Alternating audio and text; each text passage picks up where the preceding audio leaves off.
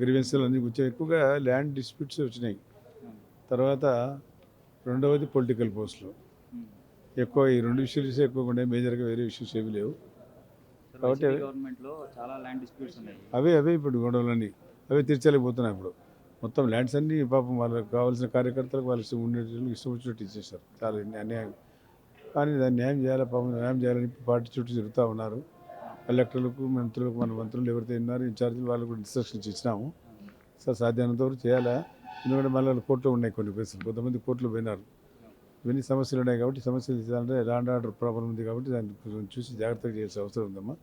Already ఇచ్చినారు కాబట్టి. కొన్ని కోర్టులోనే వేసి ఉన్నాయి. అవును. ల్యాండ్ డిస్ప్యూట్ దాని మీద ఎలాంటి యాక్షన్ తీసుకుందాం అనుకుంటున్నారు? మరి మనం కూడా కోర్టుల నుంచి మా లాయర్లు ఉన్నారు కదా, పోరాడుతూ ఉన్నాం. చట్టం అంత తొందరగా ఇది కాదు కదా, న్యాయపరంగానే పోతుంది. చట్టం దాని పని అది చేసుకుంటూ పోతుంది.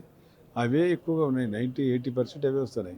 80% అన్నీ ఇక్కడే కాదు, ప్రతి చోట అంతే ఉన్నాయి. ల్యాండ్ 45 పేరు మీద రిజిస్ట్రేషన్ చేశారు. వాళ్ళందరూ కోర్టును ఆశ్రయించారు. అదే కదా, ఇప్పుడు కోర్టు ఆశ్రయించకూడదని మేము చెప్పలేము కదా. కోర్టును ఆశ్రయించారు, తప్పదు. ఏం చేస్తాం, దాన్ని ఇంకా ఫైనల్ చేయాలంటే టైం పడుతుంది, ఇంత తొందరగా కాదు. అయినా కానీ న్యాయం చేయాల్సి వస్తుంది. కోర్టు కూడా న్యాయం జరుగుతుందని చెప్పి ఆశిస్తున్నాం. తప్పకుండా అవుతుంది. ఎందుకంటే ఎంతో పేదవారు అంతా దౌర్జన్యంగా చేసుకున్నారు, అంతా బెదిరించుకొని అన్నీ రాయించుకున్నారు. దాన్ని అందరూ కలెక్టర్లకు వాళ్ళకి రాస్తూ ఉన్నాం. చాలా వరకు కేసులు పెండింగ్లో కోర్టుకు వెళ్ళిపోయినారు. దానివల్ల పరిష్కారం తొందరగా అవుతుందని చెప్పి ఆశిస్తున్నాం.